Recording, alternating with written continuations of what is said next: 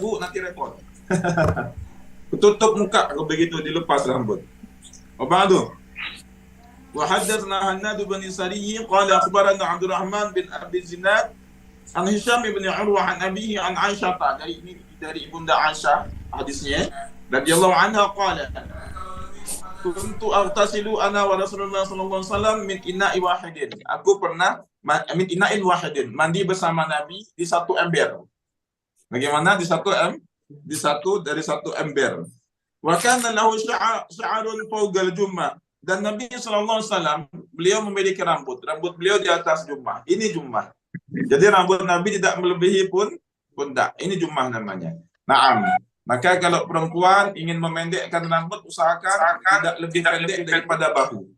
Itu perempuan. Karena kalau lebih pendek daripada bahu nanti mirip laki-laki. Laki-laki kalau ingin punya rambut panjang boleh, jangan lebih dari ini, dari pundak. Kalau enggak nanti susah membedakan mana perempuan, mana laki. Kita susah mau nyapa dia. Jalan di depan kita mau panggil Kang, ternyata Mbak. Kita panggil Mbak, rupanya Mas nantinya. Nah, lihat. Bagaimana kalau ingin punya rambut panjang, Nabi SAW pernah juga memanjangkan rambut dan enggak lebih daripada pundak beliau. Wadunal wafrah, dan lebih pendek daripada cuping telinga. Apa? Di bawah cuping telinga. Nah, lihat bagian depan rambut Nabi itu enggak lebih panjang daripada cuping telinga. Bagian belakang rambut Nabi itu enggak lebih panjang daripada pundak. Jadi beda ya, panjang depan, panjang belakang beda. Bukan berarti rambut Nabi sampai pundak dari depan, bukan.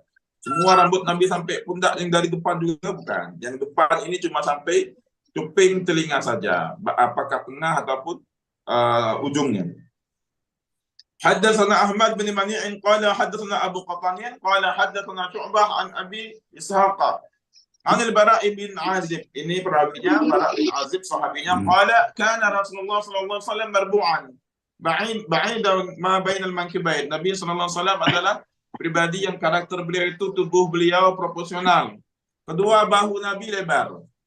Ustaz Fajar, kalau push up, sekali push up kuat berapa kali, Ustaz? Kalau push up paling inilah 15. Masya Allah, keren laki-laki ya. Jadi Bapak Ibu, saya menganjurkan ke santri-santri kami harus bisa sekali push up 50 kali. Berapa, Rai? 50? Nggak bisa langsung, nggak apa-apa. Misalnya minggu ini Ustaz Fajar kuatnya sehari itu 15 gitu. Nanti minggu depan 16, minggu depan 17, terus sampai 30 minggu berlalu, setengah tahun berlalu, Ustaz Fajar kuat 45 sampai 50 kali. Kenapa demikian? Karena Nabi SAW adalah pribadi yang bahu beliau ini lebar. Gimana Aziz? Bahu beliau ya, dada beliau bidang. Dan perut Nabi itu enggak buncit. Bukan berarti buncit itu dosa, bukan. Orang buncit itu Ustaz Fajar punya kelebihan, punya banyak stok. Punya mau beberapa hari enggak makan, punya banyak stok dari lemak. Jadi kita jangan jelek-jelekkan ciptaan Allah. Ada kelebihan masing-masing. Kita lihat bagaimana tubuh Nabi, kedua bahu beliau lebar. Dada beliau bidang. Sehingga kalau kita punya anak laki-laki suruh push up sehari, saya menganjurkan bukan tiap hari, tapi seminggu 3 hari. Selasa, Kamis, Sabtu atau Senin, Rabu, Jumat diselang-seling. Berapa Rai? 50 kah? Nggak kuat 50 kali sekali satu set, 15 dulu. Nanti besok 2 hari kemudian naik minggu depan naik 16, minggu depan naik 17 sampai bisa 50. Itu keren, itu betul, itu laki-laki tuh. Sekarang bukan laki-laki Ustaz, sekarang laki-laki, namun on the way lebih strong pastinya.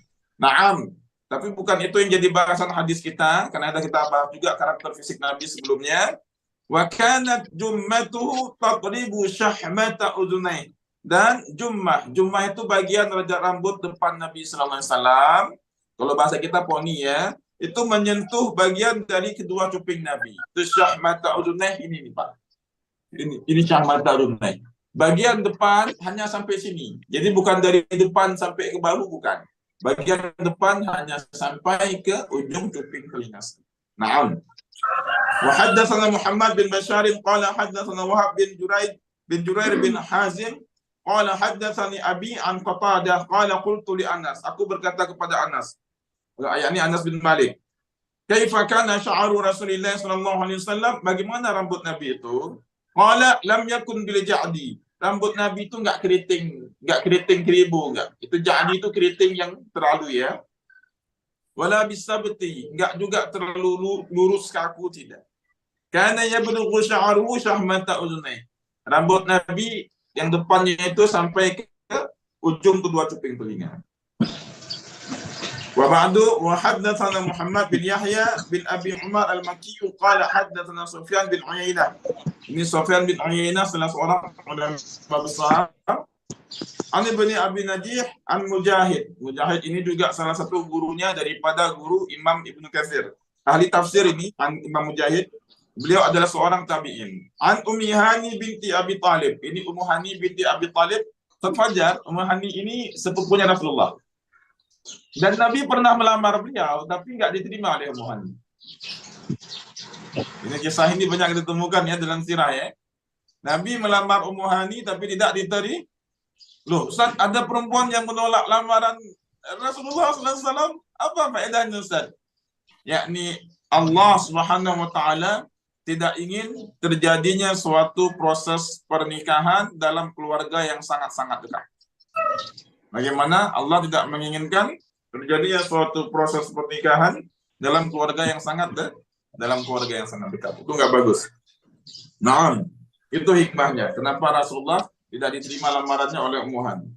Qalat qadima Rasulullah sallallahu alaihi wasallam Makkah qadmatan wa lahu arba'u ghadair. Nabi SAW beliau pernah masuk kota Mekah dan Nabi punya 4 kepangan rambut. Kok dikepang rambut Nabi? Kok diikat sampai 4 gitu? Ini adat orang Arab. Kalau mereka melakukan perjalanan jauh dan rambutnya itu lumayan lebat serta panjang, mereka akan kepang. Kok bukan kepang itu bukan bahasa kita. Kalau bahasa orang Arabnya diikat. Apa sih? Kok diikatnya itu enggak satu tempat? Itu menunjukkan rambut Nabi SAW tidak panjangnya sama semua, tidak. Yang depan beda panjang, yang ini beda panjang, yang belakang beda panjang. Kalau semuanya sama panjangnya, itu bisa diikat dengan sekali ikatan. Tarik semua ke atas, cukup sekali ikatan. Tapi ini menunjukkan beberapa kali ikatan, karena panjangnya tidak sah. Kenapa? Karena itu kebiasaan orang Arab kalau mereka melakukan perjalanan jauh, mereka akan mengikat rambutnya jika rambutnya panjang. Kenapa demikian? Berdebu. Wa haddatsana Suhaib bin Nasr qala haddatsana Abdullah bin Mubarak an Ma'mar an Thabit al-Bunani an Anas dari Anas bin Malik anna sya'ara Rasulullah sallallahu alaihi wasallam kana ila ansafi udhunai. Bahwasanya rambut Nabi sampai ke pertengahan kedua telinga. Tadi sudah kita bahas ya. Wa haddatsana Suwaid bin Nasr wa haddatsana Abdullah bin Mubarak an Yunus. Ini Abdullah bin Mubarak juga seorang ahli hadis. An Yunus bin Yazid an Az-Zuhri qala haddatsana Ubaidullah bin Abdullah bin Utbah an Ibn Abbas. Perawinya sahabinya siapa? Ibnu Abbas. Anna Rasulullah sallallahu alaihi wasallam kana yasdilu sya'rahu. Bahwasanya Nabi sallallahu alaihi wasallam beliau terbiasa menggeraikan rambut, tidak menyikat rambut Nabi, tidak menyisir. Jadi awalnya Nabi SAW terbiasa tidak menyisir rambut beliau. Wa kana al-musyrikuna yafriquna ru'usahum, dan orang-orang musyrik saat itu mereka suka belah tengah. Apa? Suka belah tengah. Wa kana yuhibbu muwafaqata ahli al-kitab fima lam yu'mar fihi bi syai'in. Maka Nabi SAW beliau orang-orang musyrik tadi di sini ditunjukkan bahwasanya orang musyrik karena yafriquna ru'usahum. Wa kana ahlul kitab yasdiluna ru'usahum, dan orang-orang ahlul kitab mereka terbiasa menggeraikan rambut mereka. Jadi orang musyrik saat itu suka menyisir rambut mereka belah tengah. Dan orang-orang ahlul kitab terbiasa tidak menyisir rambut, yakni sekali mereka sisir rambut. Dan apa yang Nabi lakukan? Nabi lebih sering mengikuti bagaimana perbuatan ahlul kitab selama itu belum ada diperintahkan dalam agama. Nah, masalah menyisir rambut tidak ada perintah khusus kepada Rasulullah, maka beliau mengikut kebiasaannya ahlul kitab, tidak mengikuti kebiasaan orang musyrik. Thumma farraqa Rasulullah sallallahu alaihi wasallam ra'sahu. Baru kemudian beliau menyisir dengan cara membelahnya. Ini menunjukkan kita mau sisir boleh, mau kita belah rambut juga boleh, mau kita gerai juga boleh. Bahkan laki-laki itu jangan sering-sering menyisir. Jangan sampai mau ke kampus pun nanti Rai bawa sisir dalam dompet. Enjoy aja, nggak apa-apa. Khawatir kalau sering-sering sisir rambut nanti tulang lunak, gemulai. Laki-laki sekali-kali kita sisir pakai tangan kayak gini nggak apa-apa. Kelihatan laki-lakinya. Ustaz, tiap 1 jam nyisir. Astagfirullah. Naam, artis bukan. Tampil di kamera bukan, kok selalu pegang sisir. Kemudian kita lihat lagi, naam, ini hadis yang nggak jauh beda ya. Dari Ummu Hani, an Mujahid an Ummu Hani qalat ra'aitu Rasulullah sallallahu alaihi wasallam idza dhafaira arba'in. Nabi sallallahu alaihi wasallam punya 4 ikatan rambut. Ketika beliau ikat rambut itu 4 kali 4 ikatan gitu ya. Kenapa demikian? Itu menunjukkan rambut Nabi panjangnya beda-beda. Yang depan beda, yang di sini beda, yang belakang lebih panjang. Maka saat Nabi masuk ke kota Mekah, beliau pun mengikat rambut beliau 4 ikatan. Kalau bahasa kita 4 kunciran. Baik, demikian penjelasan mengenai rambut Nabi. Sekarang kita lihat bagaimana cara menyisir Nabi. Wa haddatsana Ishaq bin Musa al-Ansari qala haddatsana Ma'an bin Isa qala haddatsana Malik bin Anas an Hisham bin Urwa an Abi an Aisyah radhiyallahu anha. Dari Ibunda Aisyah, qalat kuntu urajjilu ra'sa Rasulillah sallallahu alaihi wasallam wa ana haid. Aku pernah menyisir rambut Nabi dan aku dalam keadaan haid. Yang pertama menunjukkan bahwasanya menyisir rambut itu bagian dari kebiasaan Nabi, tapi tidak sering Ustaz, kalau kita punya rambut, bagaimana cara kita untuk mengikrami rambut kita? Untuk kita berikram kepada rambut kita, memuliakan rambut. 1, jangan sering-sering cukur botak. Apa? Jangan sering-sering cukur botak. Dulu di pondok kami, Ustaz Fajar, pernah santri itu iseng, cukur botak semua. Cukur botak itu pelontos gitu. Naam. Begitu keluar Ustaz, jalan keluar, ya Allah, apa-apaan ini? Di sini bukan tempat pelatihan biksu di sini. Guntur semua. Akhirnya beliau ajarkan, kalau kita punya rambut itu kita muliakan. Kita punya rambut, 1 kita muliakan dengan menyisirnya. Kemudian memberi minyak rambut. Minyak rambut yang paling bagus itu minyak zaitun. Bukan minyak bekas goreng ikan asin, bukan. Tapi apa Aziz? Minyak zaitun. Minyak yang paling bagus itu minyak zaitun untuk rambut kita. Dan Nabi pernah juga memakai minyak zaitun untuk rambut beliau. Nabi pernah juga menganjurkan. Kemudian Nabi juga pernah disisiri oleh istri beliau, sallallahu alaihi wasallam. Jadi kalau Ustaz Fajar sekali-kali nyisirnya disisir oleh istri, nah itu bagian dari sunnah. Kita lanjut. وحدثنا يوسف بن عيسى قال حدثنا وكيع قال حدثنا ربيع بن سبيع عن يزيد بن أبان وهو أرقشي عن أنس بن مالك dari Anas bin Malik قال كان رسول الله صلى الله عليه وسلم يكثر دهن رأسي وتسريح لحيته. Nabi sallallahu alaihi wasallam beliau sering meminyaki rambut beliau. Lihat, Nabi sering meminyaki rambut dan juga sering juga menyisir jenggot beliau, yakni merapikan jenggot. Ini menunjukkan Nabi kita itu orang yang rapi. Jadi Ustaz Fajar, ini menunjukkan Nabi kita orang yang rapi. Menata rambut, kemudian menata jenggot, karena jenggot Nabi lebat. Dan Nabi sering merapikan jenggot beliau, menyisir jenggot beliau, kemudian sering juga meminyaki rambut beliau. Naam. Wa yukthirul qina'a hatta ka'anna thawba zayyad. Dan Nabi juga sering menutupi kepala beliau dengan kain. Makanya kita lihat sebagian ulama udah pakai kopiah kemudian kain lagi. Nah itu ada hadisnya. Ini hadisnya ini. Bahwasanya Nabi sering memakai qina'. Apa itu qina'? Kain yang digunakan sebagai penutup kepala. Seolah-olah kain beliau itu seperti kain yang kena minyak gitu. Kenapa? Karena Nabi ketika menutup kepala beliau, rambut beliau dalam keadaan berminyak. Apa yang kita dapatkan dari hadis ini? Nabi kita adalah pribadi yang rapi. Apa Ihsan? Pribadi yang rapi. Keren sekali. Nah, Masya Allah. وحدثنا حنان بن سري قال حدثنا أبو الأحوص عن الأشعث بن أبي الشعثاء عن أبيه عن مسروق عن عائشة رضي الله عنها Qalat dari Ibunda Aisyah, in kana Rasulullah sallallahu alaihi wasallam la yuhibbu tayammuna fi tuhurihi idza tatahhara wa fi tarajjulihi idza tarajjala wa fi ti'alihi idza ta'ala. Nabi sallallahu alaihi wasallam sangat suka tayammun. Apa tayammun? Mendahulukan yang sebelah kanan. Apa isan tayammun? Mendahulukan yang sebelah kanan. Kalau kita mau nyisir fulka, usahakan juga nyisir itu ke sebelah kanan. Nabi suka nyisir ke sebelah kanan. Karena orang-orang musyrik dulunya nyisir belah tengah. Nggak dosa kalau misalnya Rai mau belah tengah, nggak apa-apa. Mau belah tengah di sini nggak apa-apa. Tapi kalau nyisirnya itu ke kanan, itu lebih disukai oleh Rasulullah SAW. Dan Nabi suka menyisir dengan tangan kanan.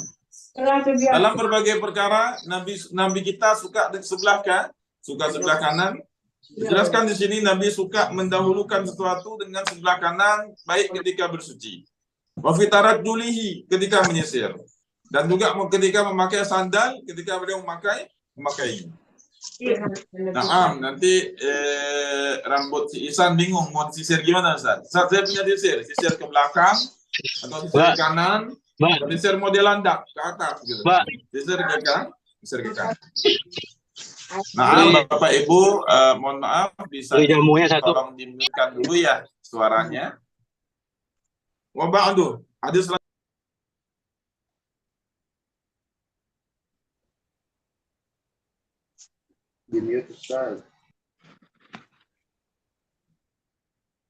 Afwan Ustaz, di unmute dulu Ustaz.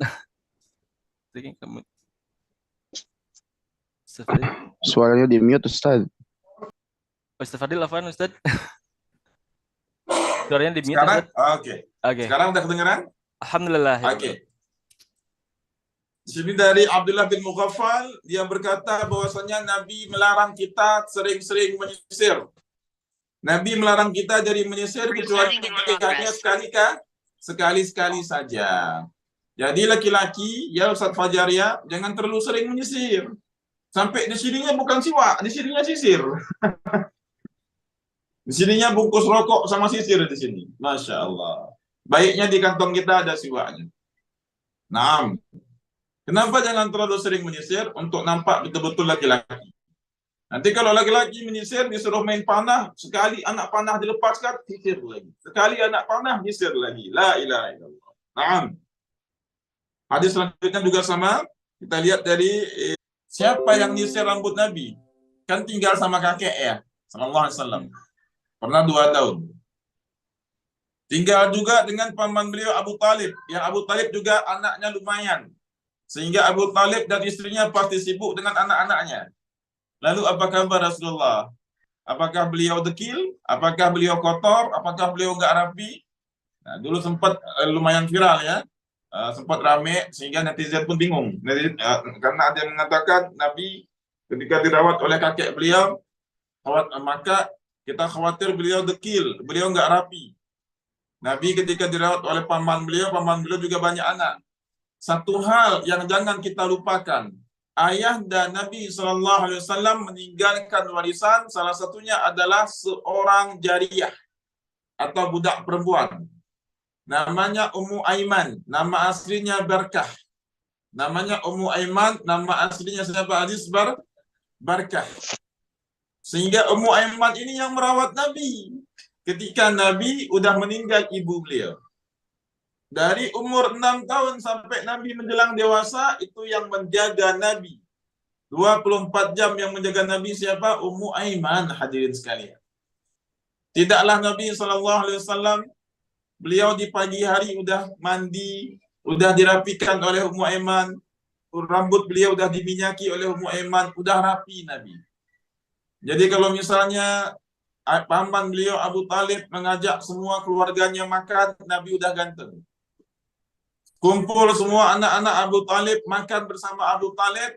Nabi nggak ikut makan dulu. Lihat, dari kecil Nabi udah bersikap dewasa dan sikap mendahulukan orang lain. Ali bin Abi Talib, Ja'far bin Abi Talib, dan Ummu Hani, anak-anak Abu Talib makan semuanya. Nabi ngapain? Beliau bilang, silakan makan dulu. Nabi beliau sadar diri. Beliau tinggal di rumah paman beliau. Setelah semuanya makan, baru Nabi makan. Masya Allah. Lihat, Nabi dari kecil beliau paham, beliau tinggal di rumah paman. Ini bisa kita buka di kitab-kitab sirah, seperti di kitab Muhammad Rasulullah dan juga kitab Nurul Yakin. Jadi Ustadz Fajar juga hadirin sekalian, Nabi kita di waktu kecil rambut beliau juga bersih, ganteng. Siapa yang ngurus? Ummu Aiman. Kita lanjut sekarang bab yang menjelaskan uban Nabi Sallallahu Alaihi Wasallam. Ustadz Fajar, antum udah beruban belum? Alhamdulillah belum nih. Belum ya? Belum. Naam. Uban Nabi itu nggak sampai 20 helai, Ustaz. Masya Allah. Nggak sampai 20 helai. Mulai. Jadi orang kalau ubannya nggak banyak, itu menunjukkan tubuhnya sehat. Oh gitu. Ya. Oh. Kalau uban kita banyak, itu coba kita cek dulu lifestyle kita, pola hidup kita.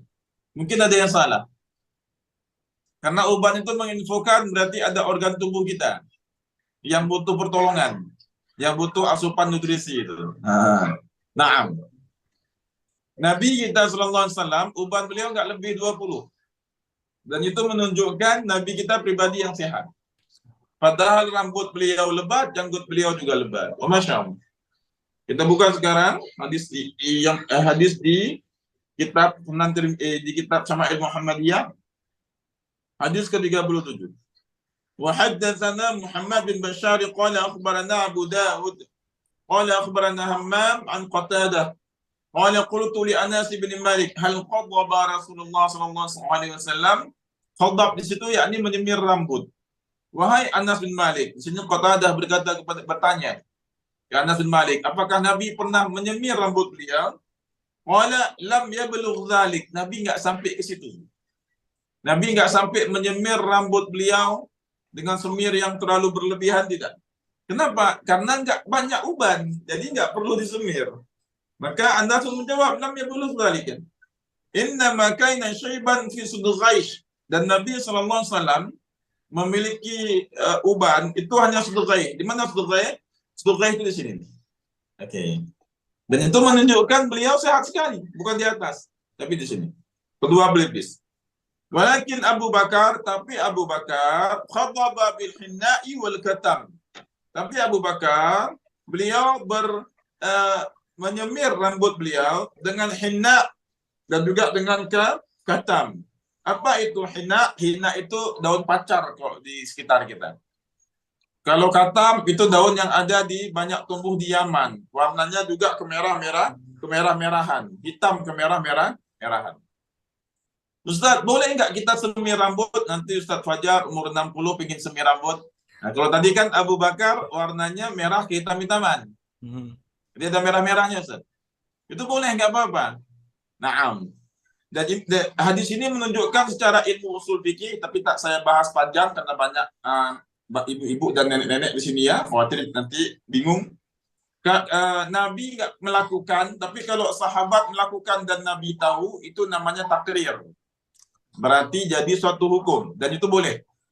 Maka Anas ingin menjelaskan hukum kepada Qatadah. Nabi nggak sampai menyemir rambut beliau. Kenapa? Nggak banyak uban. Tapi Abu Bakar pernah menyemir, dan itu boleh. Nah, kalau Abu Bakar buat, Nabi tahu dan Nabi mendiamkan, itu jadi hukum. Hukum maknanya boleh.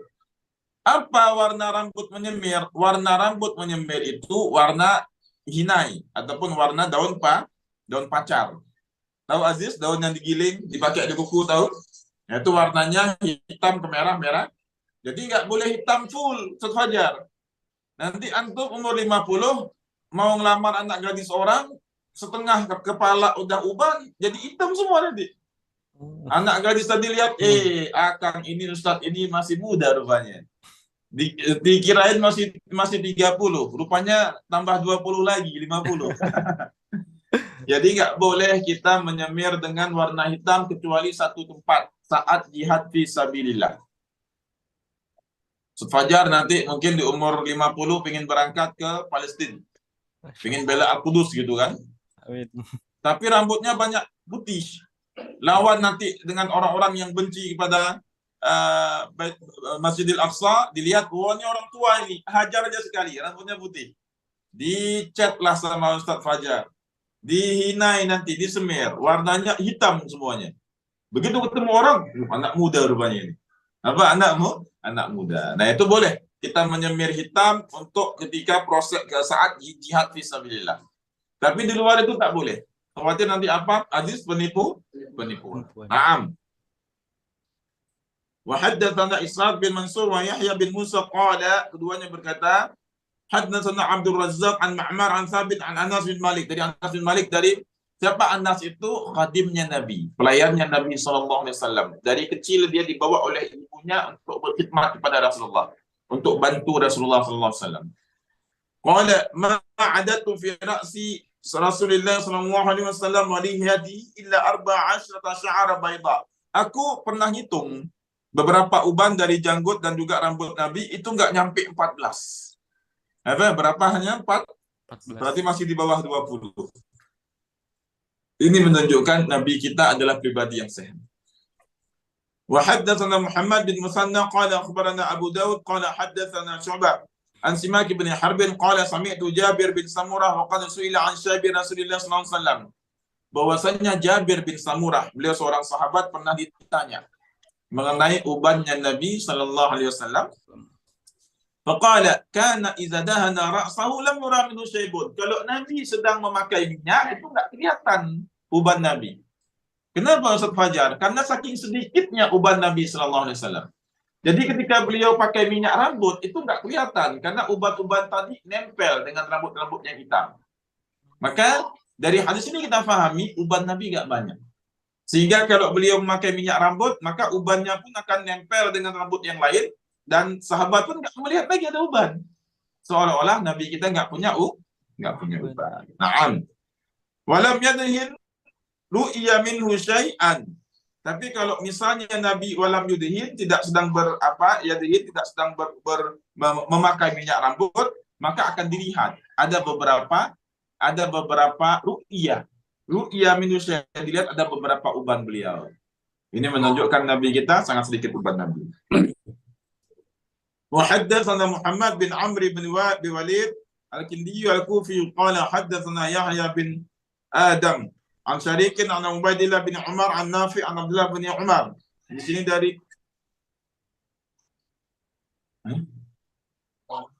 siapa dia? Oh, siapa itu? Ya udah, baik, kita lanjut lagi. Dari Abdullah bin Umar, qala innama kana syaibu Rasulillah sallallahu alaihi wasallam nahwa min 20 sya'arata bayda. Uban Nabi itu kira-kira hanya 20 helai saja. Hanya berapa? 20 helai saja. Naam. Ibu-ibu, Nabi ada uban. Ada Ustaz Fajar, umur berapa sekarang Ustaz? 27. Sudah berkeluarga kah? Kalau belum.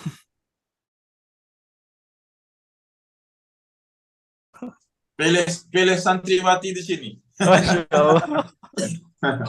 Baik, Ustaz, uban itu tadi kita pahami karena ada apa? Ada anggota tubuh kita ya, yang organnya itu butuh asupan lebih harusnya, butuh nutrisi. Yang kedua, karena banyak mikir. Nabi kita uban karena mentadaburi, memikirkan perkara akhirat yang dijelaskan dalam beberapa surat. Maka jangan sampai antum Ustaz, uban antum tumbuh gara-gara khawatir nggak nikah nanti Ustaz. Uban semua nanti di sini Ustaz. Lah, bercanda Ustaz. Kita lihat di sini penjelasan hadis surat apa saja yang membuat Nabi kita beruban. Wa hadatsana Abu Quraib Muhammad bin Ala qala hadatsana Muawiyah bin Hisham an Syaiban an Nabi sallallahu alaihi wasallam an Ibnu Abbas, dari Ibnu Abbas. Qala Abu Bakar berkata, "Ya Rasulullah, qad syi'ta, wahai Rasulullah, kamu telah beruban sekarang." Qala syayyabatni Hudun. Telah yang membuat aku itu beruban, yang telah membuatku beruban adalah surat Hud. Surat apa? Surat Hud. Yang pertama surat Hud. Wal Waqi'ah, dan surat Al-Waqi'ah. Surat Hud itu banyak sekali kisah para anbiya, ibu-ibu. Kita buka surat Hud, itu banyak sekali kisah para anbiya. Surat Hud itu setelah surat Yunus. Dan surat Hud menjelaskan azab Allah kepada orang-orang umat-umat terdahulu. Jadi Nabi memikirkan umat terdahulu juga, Masya Allah, sampai beruban. Wal waqi'ah. Dan juga surat Al-Waqi'ah menjelaskan mengenai perkara Al-Waqi'ah, kejadian. Naam. Kejadian-kejadian apa di situ? Kejadian mengenai hari kiamat nanti. Dalam surat Al-Waqi'ah ada penjelasan mengenai surga, mengenai juga nanti neraka dan orang-orang ashabus shimal. Kemudian mengenai proses sakaratul maut nanti. Wal mursalat dan surah Al-Mursalat. Wa amma yatasaalun dan surah An-Naba. Wa idza syamsu kuwirat. Ini semua surat-surat yang menjelaskan mengenai neraka, dan surat Hud juga menjelaskan mengenai hari kiamat, dan surat Hud juga menjelaskan mengenai umat-umat terdahulu serta diazabnya mereka. Nabi banyak pikir umatnya untuk perkara akhirat sampai Nabi pun berubah. Lihat, uban Nabi mikirkan kita. Jadi kalau nanti ketemu di umur 40 saya dengan Ustaz Fajar, antum berubah. Iya ini Ustaz, ana mikirin amal ana nanti Ustaz. Masya Allah. Luar biasa itu. Wa haddatsana Sufyan bin Waki' qala haddatsana Muhammad bin Bishr an Ali bin Salih an Abi Ishaq an Abi Juhaifah qala, dari Abu Juhaifah ya, ibu semuanya, bapak-bapak. Qalu ya Rasulullah, para sahabat pernah bertanya, naraka qad syibta, kami lihat kamu telah berubah wahai Rasulullah. Apa jawab Nabi? Qad sayyabatni Hudun wa akhawatuha. Aku ini udah beruban karena mentadabburi surat Hud dan juga surat-surat yang semacamnya. Ya, ini surat-surat yang menceritakan mengenai umat terdahulu yang diazab dan kemudian menjelaskan mengenai hari kiamat. Baik, Masya Allah. Saya rasa mengenai ubat Nabi, kemudian mengenai cara Nabi menyemir rambut beliau, saya rasa kita cukupin dulu ya, karena ada beberapa hadis lagi ke depan yang akan kita bahas, termasuk minggu depan kita bahas bagaimana pola makan Nabi Sallallahu Alaihi Wasallam. Jadi Ustadz Fajar harusnya ini pertemuan keempat. Tapi karena Anda pernah sakit dulu dan nggak masuk, jadinya ini pertemuan ketiga ya. Iya. Nah, maka di pertemuan keempat kami ingin membahas pola makan Nabi Sallallahu Alaihi Wasallam. Dan di pertemuan ketiga ini, setelah tadi kita bahas mengenai khatam Nabi, kemudian mengenai uban Nabi. Kenapa saya bahas uban Nabi? Menunjukkan bahwasanya Nabi adalah pribadi yang sehat. Dan bagaimana beliau juga pribadi yang rapi, Bapak Ibu semuanya ya. Tentunya kita ingin kita dan generasi-generasi setelah kita menjadi pribadi yang rapi. Baik, sekarang boleh kita buka di hadis ke-71, bab ke-9. Silakan Bapak Ibu. Hadis ke-71 bab ke-9. Karena nanti kita akan masuk ke bab bagaimana cara makannya Nabi Sallallahu Alaihi Wasallam. Nah, hadis ke-71 bab ke-9 menjelaskan babu maja'a fi 'aisy Rasulillah sallallahu alaihi wasallam, menjelaskan bagaimana pola hidup Nabi sallallahu alaihi wasallam. Sebelum itu kami ingin sedikit mengambil kesimpulan dari hadis-hadis setelah kita baca pada hari ini. Yang pertama tadi menjelaskan bahwasanya Nabi sallallahu alaihi wasallam beliau memelihara rambut dan juga bagaimana beliau menyisir rambut dan bagaimana beliau meminyaki rambut Nabi. Menyaki rambut beliau sallallahu alaihi wasallam. Lalu Ustaz, kita bagaimana mempraktekannya? Hendaknya laki-laki kalau potong pendek itu minimal bisa dicukur. Mohon maaf kok bisa dicukur, bisa disisir. Jadi Ustaz Fajar, saya kalau potong, saya bilang ke tukang potongnya, Kang, terserah potong gimana, yang penting masih bisa disisir. Karena ingin ikut bagian dari sunnah Nabi tadi, sunnah Jibriyah tadi. Cuma ini kemarin saya cukur rambut, potong rambut terlalu pendek dipotong. Walaupun masih bisa disisir juga bagian atas. Kemudian Nabi pribadi yang menyisir rambut, tapi nggak sering-sering sekali. Nggak setiap jam Nabi nyisir, nggak. Nah, itu menunjukkan laki-laki juga biarkan sekali-kali tergerai, gagah gitu kan. Jadi kalau kita selalu sisir, kita nggak mau main ke lapangan. Kita nggak mau bantu rumah, bersih-bersih rumah. Kenapa? Nanti saya kalau bantu nyuci piring, rambut saya nanti bisa gusut. Saya kalau bantu nanti ngepel, rambut saya gusut. Jangan. Nah, tak apa-apa sekali-kali kita biarkan saja rambut tanpa disisir. Misalnya pagi udah nyisir, siang nggak nyisir nggak apa-apa. Ustaz, kami mau ke masjid nyisir dulu, Masya Allah. Nah, saya biasa nyisir cuma habis mandi aja. Kemudian kita pahami juga Nabi SAW bukanlah pribadi yang banyak ubannya. Itu menunjukkan Nabi pribadi yang sehat. Di sini ada pertanyaan ke Isna, Ustaz, apakah uban boleh dicabut? Saran saya biarkan saja. Karena itu pengingat kita kalau kita udah tua. Apa Aziz, kita udah tuh harus banyak-banyak bertobat, banyak-banyak beramal. Nah, lalu bagaimana Ustaz kalau terlalu banyak disemir? Gimana Hamzah Nah, biarkan saja tak apa-apa. Karena si uban nggak protes. Kalau uban protes, tolong cabut saya tuh. Uban nggak protes, biarkan saja sebagai pengingat kita untuk banyak-banyak beramal. Begitu sisir rambut, Allah Akbar, ada uban. Oh, udah tua saya rupanya. Naam.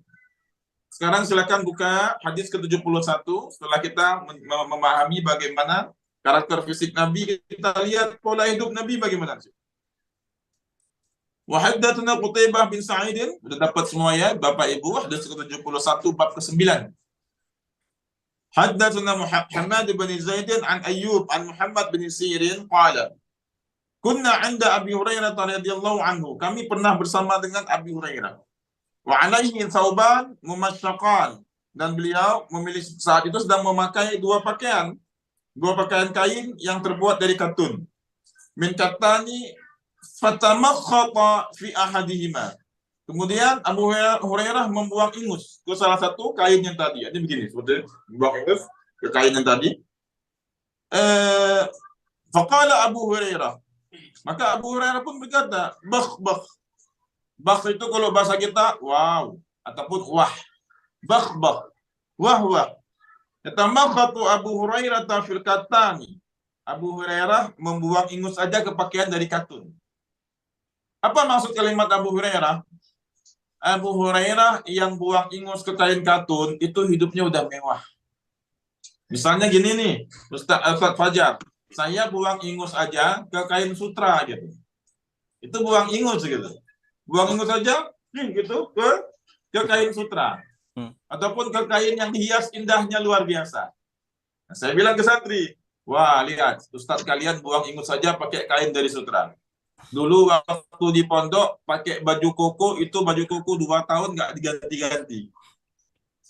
Dulu Aziz Ustaz pernah di pondok itu gamis cuma punya 2 tok 2. Jadi kalau ini kotor pakai ini kotor pakai ini kotor pakai ini. Sekarang Masya Allah, Alhamdulillah bisa beli beberapa yang mau.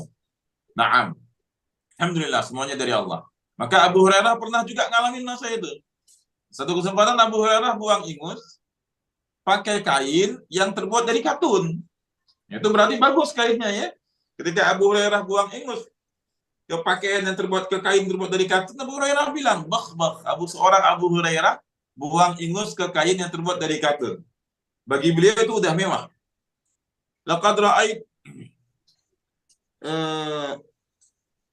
sebentar. Laqad ra'aituni wa inni la akhirru fi ma baina minbari Rasulullah sallallahu alaihi wasallam wa hujrati Aisyah radhiyallahu anha maghshiyan alayya. Aku dulu, kata Abu Hurairah, aku pernah tersungkur di tanah.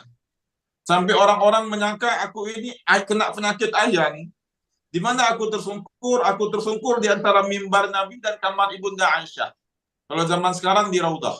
Jadi mimbar Nabi dengan kamarnya Ibunda Aisyah ini ada jarak. Nah, jarak ini sekarang jadi Raudah di Masjid Nabawi. Tempat yang istijabah kalau kita berdoa. Di situ Abu Hurairah pernah pingsan, tersungkur. Disangka oleh banyak orang, beliau sedang terkena penyakit ayan. Fayaji'u al-ja'i, datang seseorang, fayadha'u rijlahu ala unuqi, diletakkan telapak kakinya, jari-jari kakinya di lehernya Abu Hurairah. Kenapa? Dikira sedang ayan. Misalnya nanti si Hamzah, Rai, tiba-tiba krak, gitu kan. Datang si Rai, ditekan di lehernya. Kenapa Hamzah? Lagi ayan. Nah, padahal kelaparan. Nah, Abu Hurairah pernah mengalami fase itu. Beliau radhiyallahu an tersungkur jatuh sampai datang seorang laki-laki meletakkan telapak kakinya di leher Abu Hurairah. Yara an-nabi jununan. Kenapa laki-laki itu mengira aku ini sedang gila atau sedang kena penyakit ayan.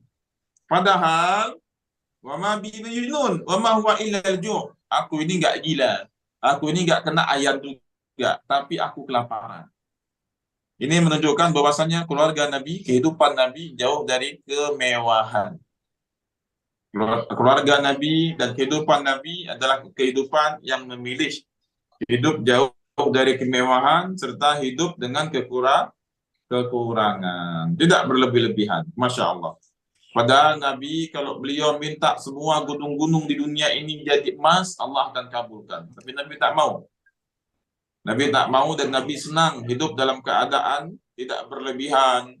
Dan juga Nabi senang kalau nanti dibangkitkan bersama orang-orang yang juga tidak berlebih-lebihan. Kalau bahasa kita orang miskin. Wa haddatsana Qutaibah qala haddatsana Ja'far bin Sulaiman At-Tubai an Malik bin Dinar qala ma syabi'a Rasulullah sallallahu alaihi wasallam min khubzin gaddun, dari Malik bin Dinar bahwasanya Nabi sallallahu alaihi wasallam itu nggak pernah kenyang walaupun Nabi makannya roti. Walahmin illa ala dhafaf. Nabi nggak pernah makan roti sampai kenyang, nggak pernah makan daging sampai kenyang. Dan itu makanan yang jadi makanan pokok orang-orang Arab saat itu. Ustaz Fajar, makanan pokoknya apa? Ubi atau singkong atau nasi? Nasi. Nah, kalau Nabi SAW zaman beliau makan makanan pokok beliau nggak pernah sampai kenyang. Jadi Ustaz Fajar, Ustaz saya bikin ikut sunnah yang luar biasa bagus. Makan jangan pernah kenyang. Illa ala dhafaf. Apa dhafaf itu? Ditanya kemudian kepada Malik bin Dinar. Qala Malik bin Dinar satu rajulan min al-badiyah. Kata Malik bin Dinar, aku bertanya ke orang kampung. Apa itu dhafaf? Dhafaf itu makan rame-rame. Makan bareng-bareng sahabat. Kenapa Nabi kalau bersama sahabat, beliau akan makan sampai kenyang. Tapi kalau beliau makan bersama istri beliau nggak akan pernah kenyang makan. Kenapa Ustaz Fajar? Karena kalau Nabi makan dengan sahabat, ada sahabat yang udah beberapa hari mungkin nggak makan, cuma makan kurma tok misalnya. Ada sahabat misal hari ini nggak makan roti, nggak makan daging, besok baru makan. Cuma makan kurma sahabat. Maka Nabi melihat ada sahabat yang sedang lapar, Nabi pun makan sampai kenyang. Karena kalau Nabi berhenti, sahabat sungkan mau lanjut makan. Itu sebabnya Ustaz Fajar. Kalau Nabi duluan berhenti, sahabat berani makan lagi, nggak usah. Sahabat lihat Nabi dah berhenti makan, maka sahabat pun berhenti. Nabi melihat sahabat ada yang masih lapar, beliau makan. Beliau makan sampai kenyang, sehingga sahabat-sahabat juga ikut ke lihat bagaimana kepedulian Nabi Sallallahu Alaihi Wasallam. Tapi kalau Nabi sedang makan di rumah dengan istri beliau nggak pernah kenyang.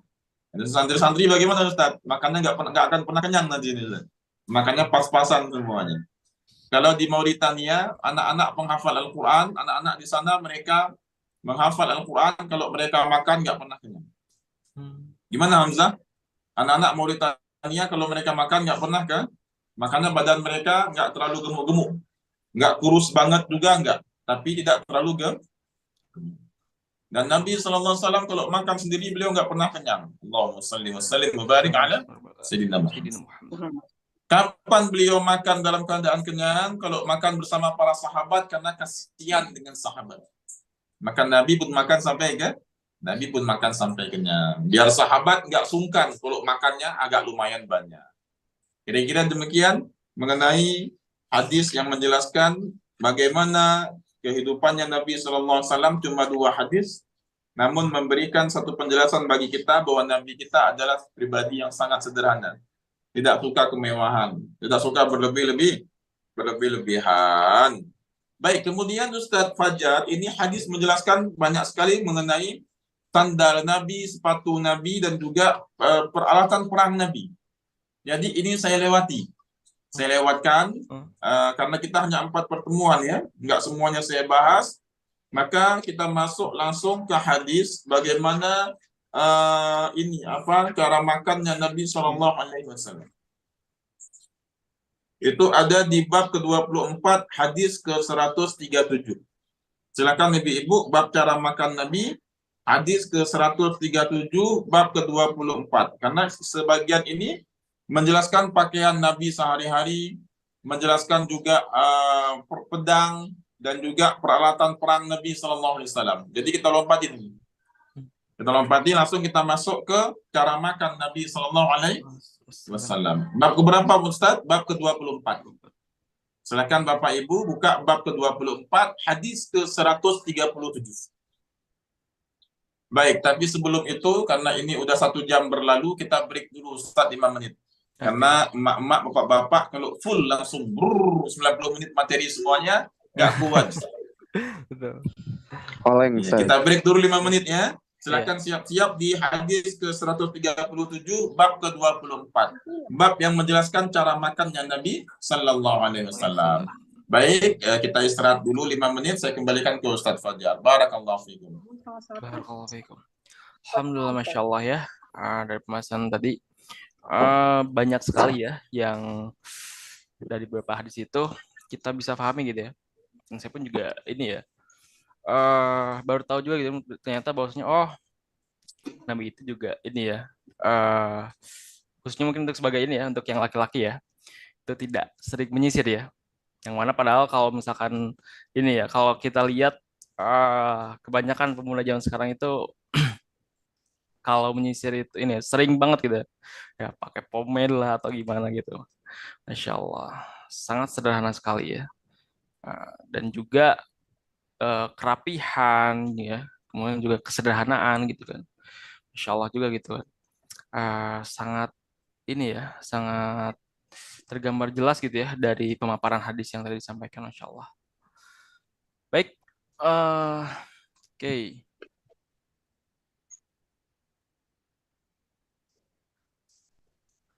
Kita break 5 menit. Barangkali mungkin ini ya ada para ini ya majelis cinta Rasulullah di sini. Mungkin ada yang mau ada hajat dulu atau ini atau misalkan ingin mengkondisikan dulu, silakan. Oke.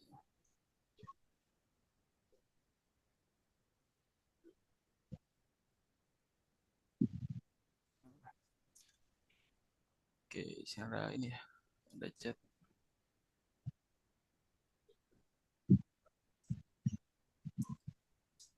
Insya Allah.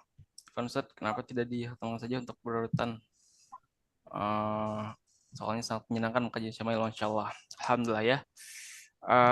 Ya, karena ini juga kita ini ya, dibatasi waktu memang ini untuk kajiannya kita ini kan 4 kali ya.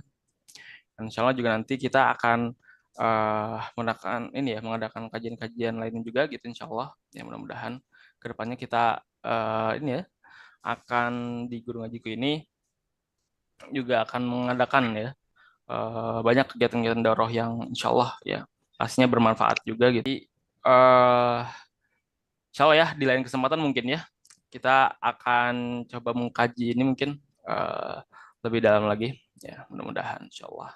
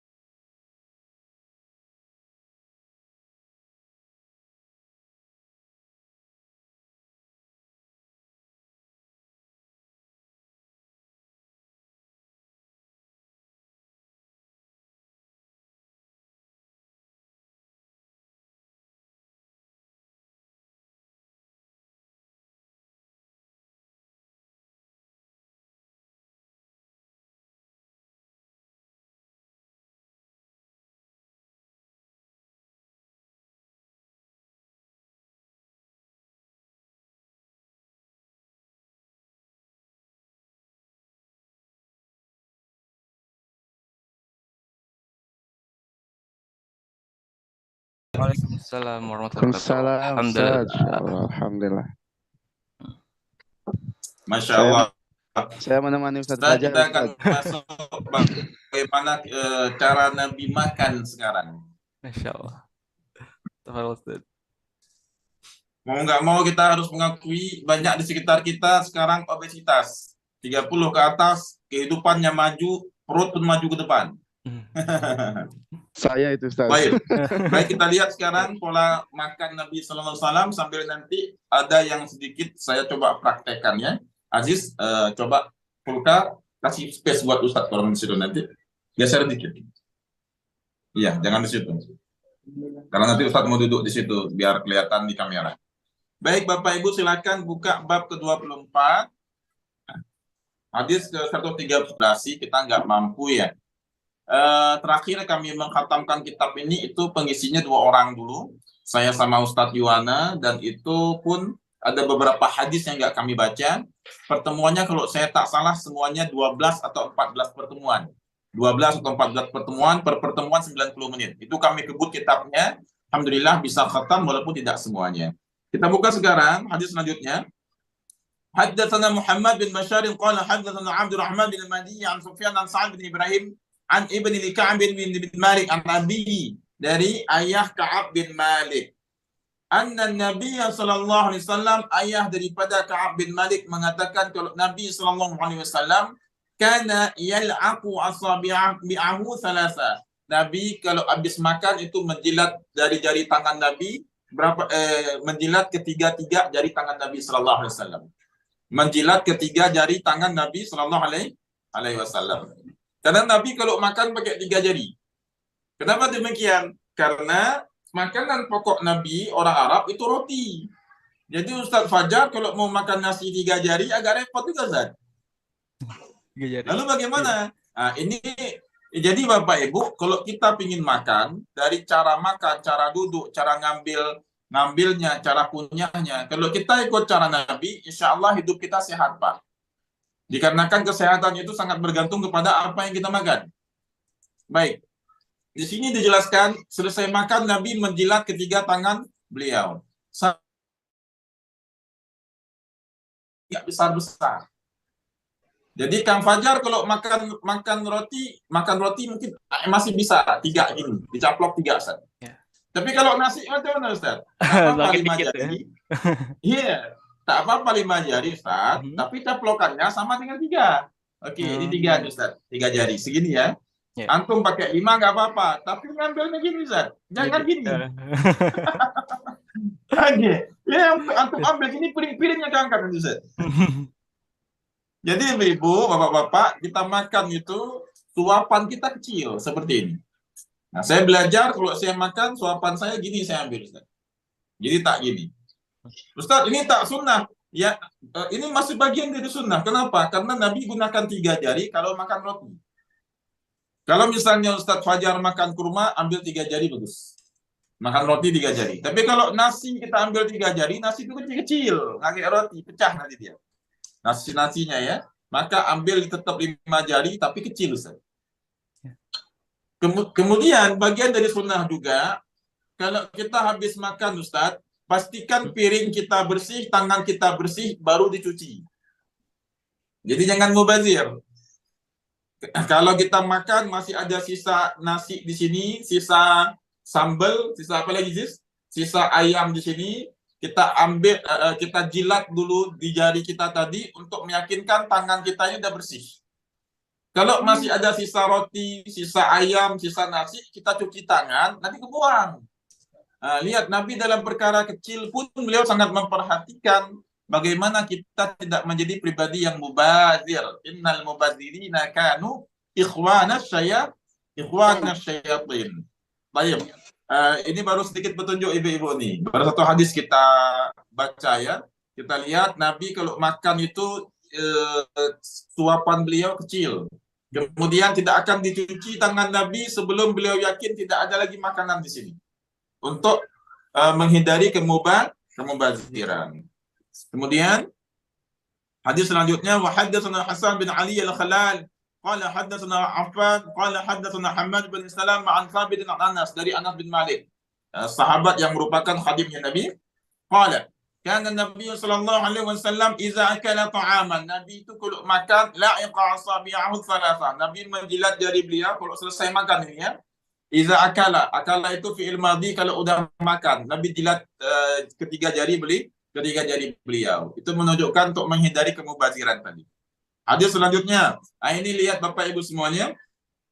Saya pendek aja perawinya langsung masuk ke sahabi.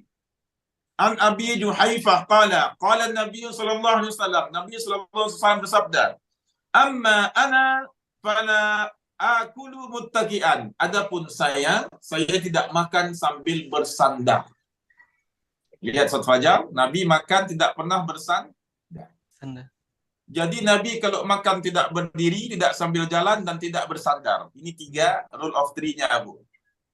Tidak sambil berdiri, tidak sambil jalan, tidak sambil bersandar. Karena orang kalau sambil bersandar, duduk gini, itu masuk terus.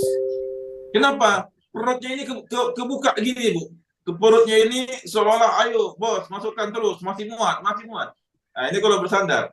Masuk terus. Jadi Nabi kalau makan nggak bersandar, Ustaz. Ustaz, bagaimana kalau kami makan di restoran, kan pakai kursi. Kalau waktu makan jangan bersandar. Ada satu aturan yang bagus yang diajarkan oleh Adi Rai, Ustaz Fajar ya. Beliau menganjurkan kalau bisa kita habis makan jangan santai-santai, jangan leha-leha habis makan. Jadi habis makan jangan kenyang banget nih, duduk dulu deh 10 menit, jangan. Habis makan ya. Kalau mau duduk itu 1 menit, 2 menit istirahat lalu beraktivitas lagi, Ustaz. Karena habis makan duduk santai 15 menit apalagi sambil berasap kan nantinya. Jadi beliau menganjurkan habis makan hendaknya kita langsung beraktivitas. Kalau mau duduk 1, 2, 3 menit masih oke lah. Sehingga kursi yang bersandar itu akan membuat kita habis makannya itu langsung duduk bersandar. Nah, enggak dosa tapi akan membuat lemak semakin cepat menumpuk di dalam tubuh kita. Maka Adi Rai pun menganjurkan habis makan hendaknya jangan terlalu banyak istirahat, langsung beraktivitas. Nah, hadis selanjutnya juga sama. Kita masuk sekarang hadis ke 141. Haddatsana Harun bin Ishaq al-Mahdani qala haddatsana Abdah bin Sulaiman an Hisham bin Urwah an ibn Ka'ab bin Malik an Abi. Bahwasanya anak Ka'ab bin Malik meriwayatkan abinya pernah berkata, yakni Ka'ab bin Malik. Apa kata Ka'ab bin Malik? Karena Rasulullah sallallahu alaihi wasallam ya'kulu bi asabi. Nabi makan dengan jari-jari beliau. As-salasi wa ya'quhunna. Dan Nabi kemudian menjilatnya. Itu menunjukkan Nabi makan jari seperti. Naam. Wa ba'du.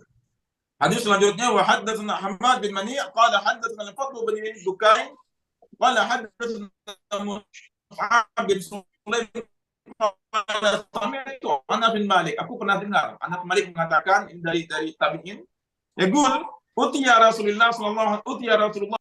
Nabi pernah dikasih kurma, pernah didatangkan kurma kepada Nabi. Ya faraitu yaqulu bahwa muq'in minal ju'.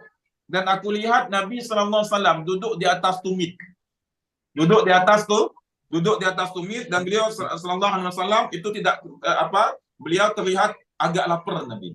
Agak lapar Nabi. Jadi Ustaz Fajar, cara kita berinteraksi dengan makanan, biasakan jangan makan sebelum lapar.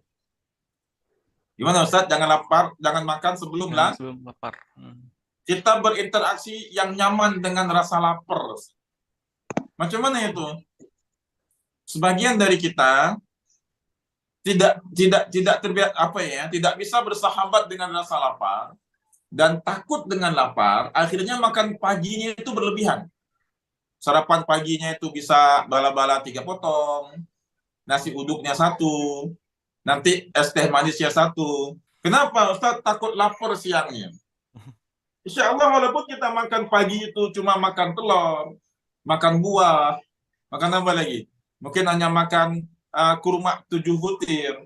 Insya Allah nggak akan kelaparan. Karena di waktu pagi, enzim yang memancing rasa lapar itu nggak terlalu kuat. Rasa lapar kita itu akan terasa banget kapan? Di siang hari. Nah, kalau kita bisa berinteraksi dengan rasa lapar, satu yang kita dapatkan semangat beribadah tinggi. Yang kedua, ketika beribadah kita bisa khusyuk. Yang ketiga, fokus kita akan lebih meningkat nantinya. Nah, yang keempat, kita bisa lebih merasakan halawatul iman. Sehingga seorang muslim itu sekali-kali bersahabat dengan rasa lapar yang bukan kelaparan. Jadi beda, Ustaz. Rasa lapar dengan kelaparan beda. Antum tadi pagi makan nggak, Ustaz Fajar? Alhamdulillah. Makan. Makan apa itu, Ustaz? Nasi kuning? Enggak, nasi uduk. Nasi uduk. Naam. Jadi pelan-pelan, Ustaz, kita belajar, pagi itu nggak makan karbo, Ustaz. Nggak makan nasi. Gitu. Kenapa? Karena kalau kita makan nasi, nanti bakal cepat lapar lagi, Ustaz. Lalu apa? Yang kita makan itu buah, apalagi protein, kayak telur gitu. Kita makan telur satu, dibikin omelet, kita beli nasi uduk 5.000, ya masih mending telur. Telur berapa sih satu jenis? 2.500, 3.000. Nasi uduk berapa? 5.000. Naam. Sehingga dari pola makan, dari apa yang dimakan itu akan sangat mempengaruhi kesehatan, pola pikir, dan kemampuan kita untuk bisa berinteraksi secara lebih dengan Al-Quran. Nah, nanti kita masuk juga pembahasan bagaimana pola makan Nabi, dan ini kami anjurkan pola makan ini sangat baik diamalkan oleh para ahli Quran, Ustaz. Karena ahli Quran itu kalau dia hafal 30 juz, ada baiknya sehari murojaah 3 juz. Kalau pagi udah makan nasi uduk, bala-bala 3, es teh manis 1 gelas, Masya Allah. Jam 10 pagi ngantuk. Mau murojaah udah nggak kuat. Baik. Wabadu, setelah kita lihat bagaimana bagaimana cara Nabi ketika makan dan juga bagaimana posisi duduk Nabi. Di sini saya ingin sedikit mempraktekkan dulu ya kepada Bapak Ibu semuanya. Sebentar, saya off cam dulu.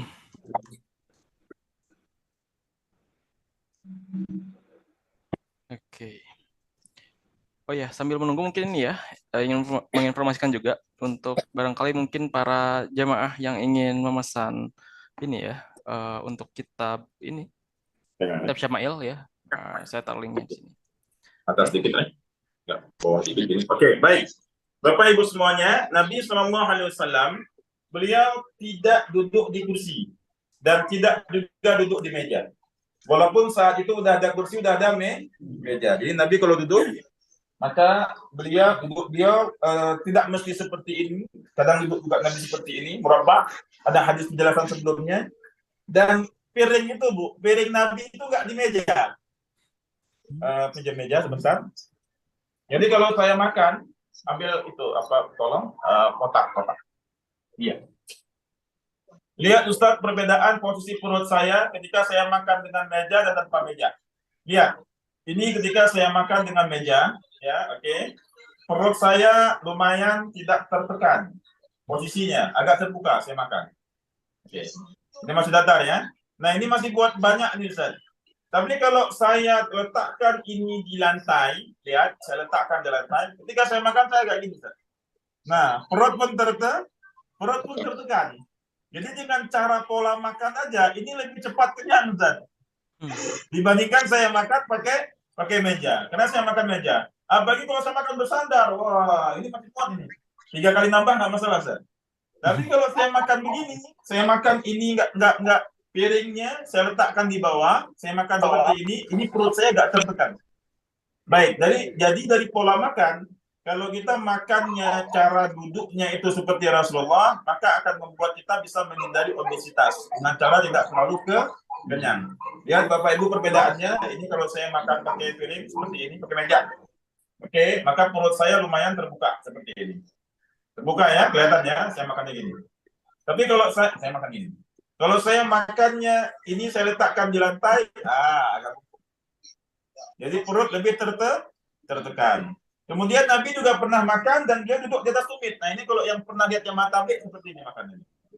Ini juga lebih menekan perut, Ustaz Fajar, lihat. Seperti ini.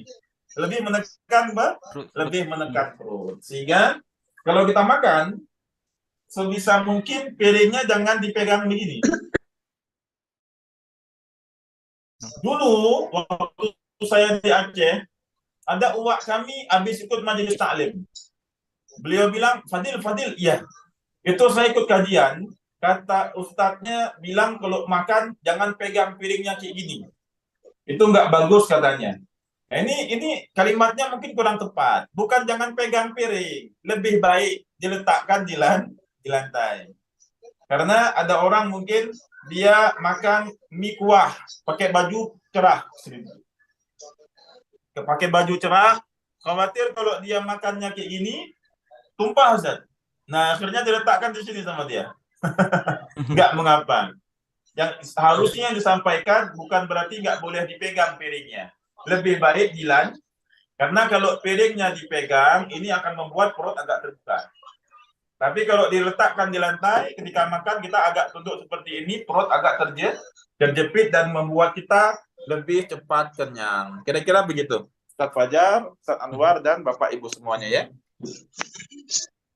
Itu baru dari cara duduk, Ustaz, belum pola makan aja. Itu luar biasa ya, tuntunan Rasulullah kepada kita ya. Itu kenapa Nabi SAW kalau makan beliau nggak pakai kursi, nggak pakai meja. Padahal di zaman itu udah ada kursi, udah ada meja. Atau kalau makan gimana Ustaz Fajar? Dipegang atau gimana? Alhamdulillah ini juga karena sebelumnya juga pernah ini juga ya. Dengar juga dari kajian tentang ini juga ya, tentang Sirah Nabawiyah juga gitu.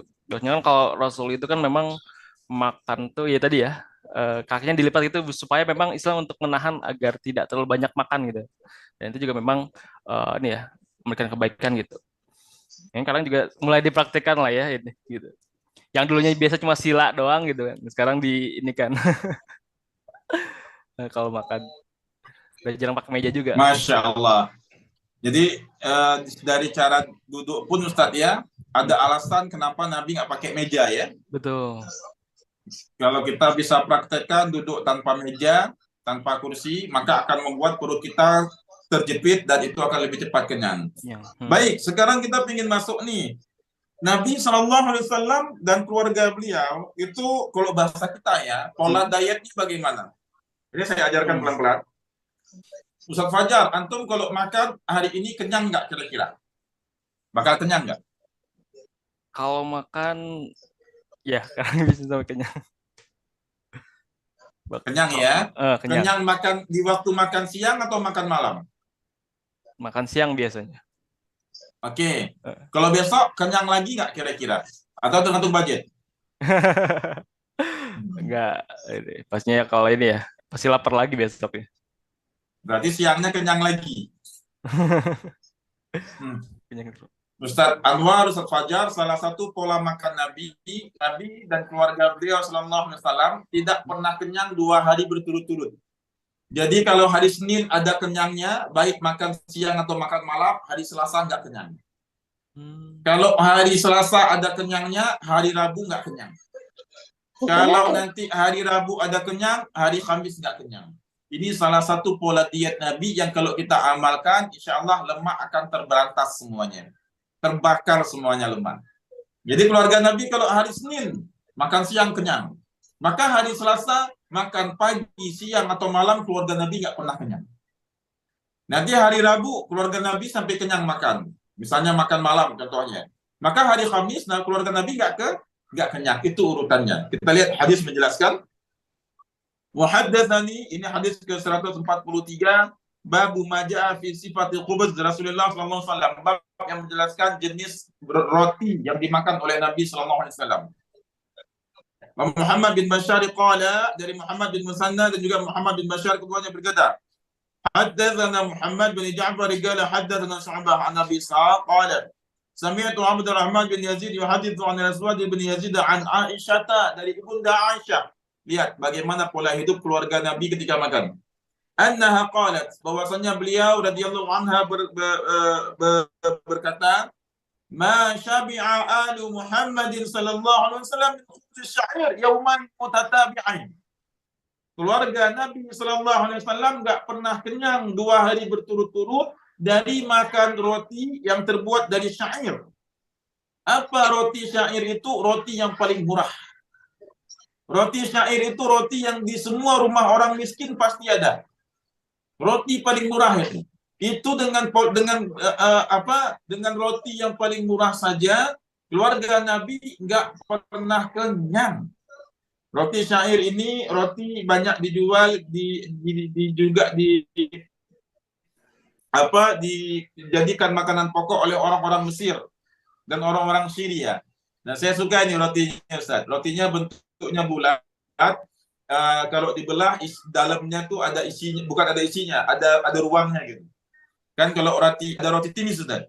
Roti timis bulat, padat. Itu bulatnya diameternya lumayan tuh, bisa sampai 50 cm. Bulat, Ustaz. Padat. Itu kalau sehari kita makan keras ada rotinya. Ada roti syair, itu agak empuk.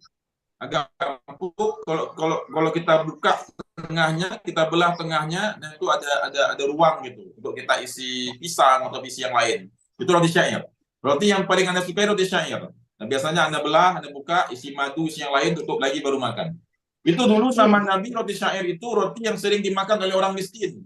Dan keluarga Nabi nggak pernah kenyang 2 hari berturut-turut, walaupun cuma makan dengan menu roti syair. Jadi Rai, kalau ingin ikut pola hidup Nabi SAW nantinya, keluarga Nabi ya, itu Fajar, keluarga Nabi nggak pernah kenyang 2 hari berturut-turut. Kalau Nabi kenyangnya kapan, Ustaz? Saat makan bersama sahabat. Kalau Nabi 2 hari berturut-turut makan di rumah, maka beliau nggak akan pernah kenyang. 3 hari berturut-turut Nabi makan di rumah, Nabi nggak pernah kenyang. Kapan Nabi makan kenyang, Aziz? Kalau makan bersama sahabat. Kenapa, Rai? Karena khawatir Nabi ada sahabat yang sunggan. Nabi baru makan beberapa kali suapan, sahabat masih lapar. Begitu lihat Nabi dah berhenti, sahabat, ya saya masih lapar nih. Nabi dah berhenti. Nah, maka Nabi pun terus makan. Sampai semua sahabat juga ikut kenyang. Keluarga Nabi 2 hari berturut-turut nggak pernah kenyang. Jadi ibu-ibu, kalau ingin ikut bagaimana keluarga Nabi makannya, pola makannya, lihatlah dan penjelasan hadis ini sampai Nabi wafat. Kita lihat lanjutannya, hatta qubida Rasulullah SAW, hingga Nabi pun wafat tak pernah kenyang keluarga Nabi 2 hari berturut-turut. Allahu Akbar.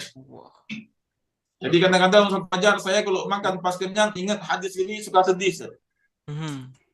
Kalau saya kenyang gitu, ingat hadis ini, la ilaha illallah. Keluarga Nabi nggak pernah kenyang 2 hari berturut-turut. Apa maknanya hari ini kenyang, besok nggak kenyang? Hari Rabu kenyang, Kamis tak kenyang. Ini hari Sabtu ini, misalnya keluarga Nabi makan sampai kenyang, hari Ahadnya nggak kenyang. Naam. Kita lanjutkan. Wa haddatsana Abbas bin Muhammad ad-Duri qala haddatsana Yahya bin Abi Bakar Bukair qala haddatsana Haris bin Uthman an Sulaim bin Amir qala sami'tu Aba Umamah al-Bahili yaqul, aku mendengarkan Aba Umamah al-Bahili, dia berkata, ma kana yafdulu an ahli baiti Rasulullah sallallahu alaihi wasallam khumus syair. Ma kana afdalu an ahli bait, tidak ada makanan yang lebih bagus di rumah keluarga Nabi kecuali roti syair tadi. Jadi keluarga Nabi sallallahu alaihi wasallam hidup sangat sederhana.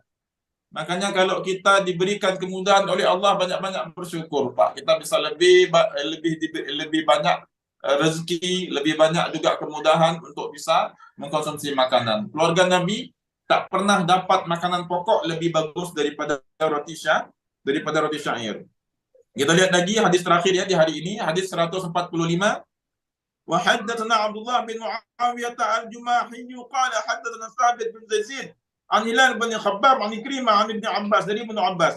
Qala kana Rasulullah sallallahu alaihi wasallam yabitul layali. La ilaha illallah. Nabi dan juga keluarga Nabi sallallahu alaihi wasallam itu pernah beberapa malam tidur al-mutatabi'ah secara berturut-turut, pawiyan huwa wa ahlu, perut Nabi kosong. Enggak ada makanan. Belum makan. Dan itu Nabi beserta istri beliau. Beberapa malam berlalu dan perut Nabi serta keluarga Nabi kosong, enggak makan apa-apa.